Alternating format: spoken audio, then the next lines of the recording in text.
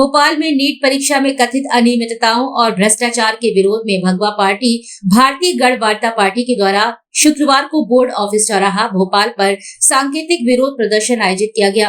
प्रदर्शन में पार्टी के पदाधिकारियों एवं कार्यकर्ताओं ने बड़ी संख्या में भाग लेकर परीक्षा व्यवस्था में पारदर्शिता और जवाबदेही सुनिश्चित करने की मांग उठाई है।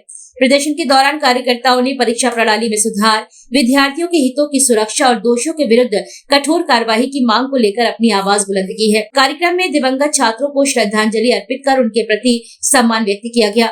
पार्टी के राष्ट्रीय अध्यक्ष शिवाकांत शुक्ला, राष्ट्रीय महासचिव एवं कार्यालय प्रभारी विनोद कुमार पांडे तथा प्रदेश अध्यक्ष शिव कुमार भार्गव ने कहा कि परीक्षा संबंधी अनियमितताओं से प्रभावित छात्रों और उनके परिवारों को न्याय मिलना चाहिए। परीक्षा प्रक्रिया को निष्पक्ष एवं पारदर्शी बनाने के लिए प्रभावी कदम उठाने की आवश्यकता पर जोर दिया है। कार्यक्रम के दौरान पार्टी नेताओं ने प्रभावित परिवारों के लिए आर्थिक सहायता, रोजगार के अवसर और दोषियों के विरुद्ध सख्त कानूनी कार्यवाही की मांग दोहराई है। वक्ताओं ने कहा कि देश के युवाओं के भविष्य से जुड़े मामलों में किसी भी प्रकार की लापरवाही स्वीकार नहीं की जा सकती है।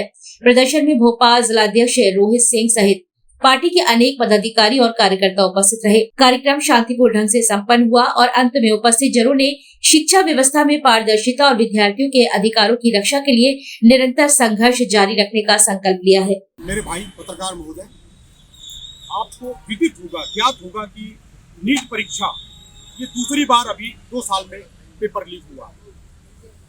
पहले भी कई बार ऐसा होता आया है कि छात्रों ने जो अव्वल दर्जा पाया है उन्हें दोबारा एग्जाम देने की स्थिति बनी और वो आत्महत्या करते आए। अभी 14 छात्रों ने आत्महत्या की थी।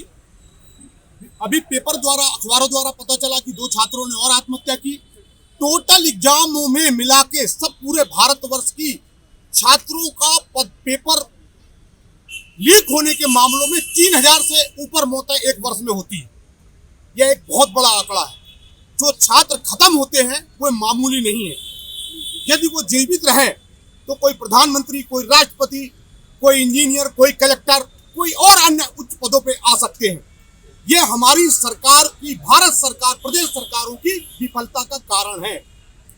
हम इसी चीज को सुधारने के लिए सरकार से मांग करते हैं भविष्य में ऐसा कभी दोबारा न दोहराया जाए। इसलिए जितने भी छात्र खत्म हुए हैं उन सभी छात्रों को शहीद का दर्जा मिले, उनको 5 करोड़ रुपए का कम से कम कंपनसेशन मिले, उनके परिवार में कम से कम एक व्यक्ति को सरकारी नौकरी मिले। मेरे भाई, वो लोग जिन्होंने गमन किया है, धोखा किया छात्रों के साथ, पेपर लीक किया है, उनको फांसी की सजा मिले। बचे कुछ लोगों को एनएसए के तहत कार्रवाई हो और भारत में हो रही ऐसी घटना में सरकार ऐसी सीख दे कि दोबारा ऐसी कोई हिम्मत ना कर सके। भारत में जिस प्रकार शिक्षा का व्यवसायीकरण चल रहा है, यह सनातन धर्म, सनातन सभ्यता, संस्कृति के लिए बहुत बड़ा घातक होगा। सनातन में शिक्षा बांटी जाती थी, दी जाती थी। शिक्षा का व्यवसायीकरण नहीं था।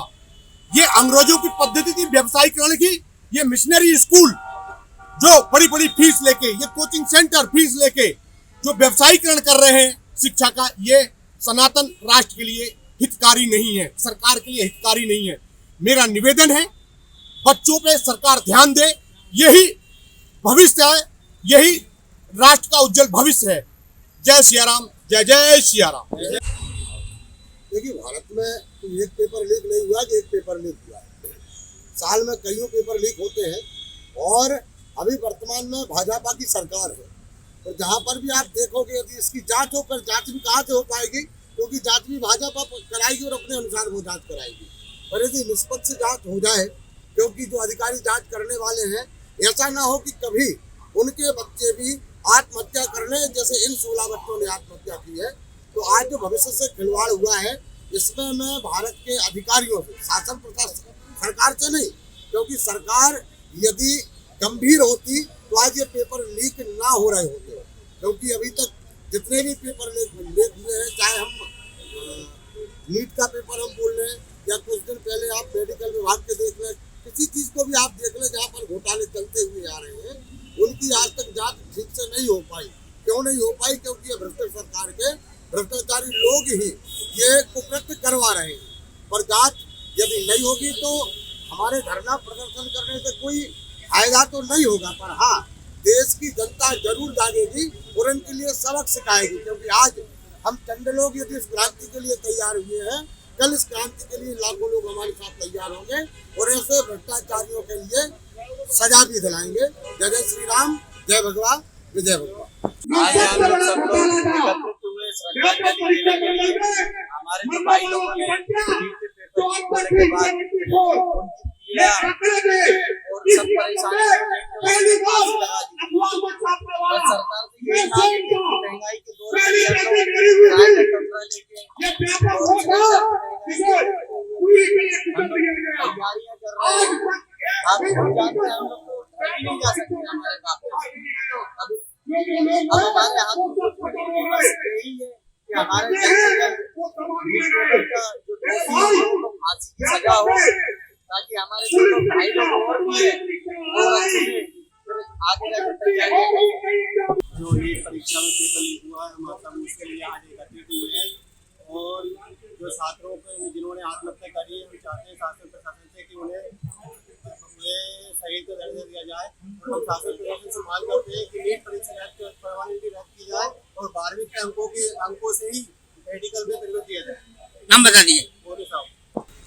हम शासन प्रशासन से इस श्रद्धांजलि के माध्यम से ये निवेदन अनुरोध करते हैं कि ये बच्चों का भविष्य जो बर्बाद हुआ है नीट पेपर लीक होने में, शासन इस पर कुछ ध्यान ही दे रही है। प्रशासन में ऐसा कितना भ्रष्टाचार फैला हुआ है कि बच्चों ने जो साल में तैयारी करी है उनके एग्जाम के पेपर तक लीक हो रहा है, वो भी चंद पैसों के लिए। आज ये बच्चे जो पढ़ लिख के नीट का एग्जाम देते, कोई कलेक्टर बनता, कोई कुछ बनता, कोई कुछ बनता, कोई इंजीनियर बनता, देश को आगे तरक्की मिलती, मगर इन लोगों के घरों के चिराग बुझ गए। तो हम ऐसी शासन प्रशासन से इस बात की घोर निंदा करते हैं और इतनी चरम पे भ्रष्टाचारी आ गई है कि आप देखिए ये इतने मासूम घरों के चिराग बुझ गए। नाम बता दीजिए। मैं रोहित सिंह, जिलाध्यक्ष भगवा।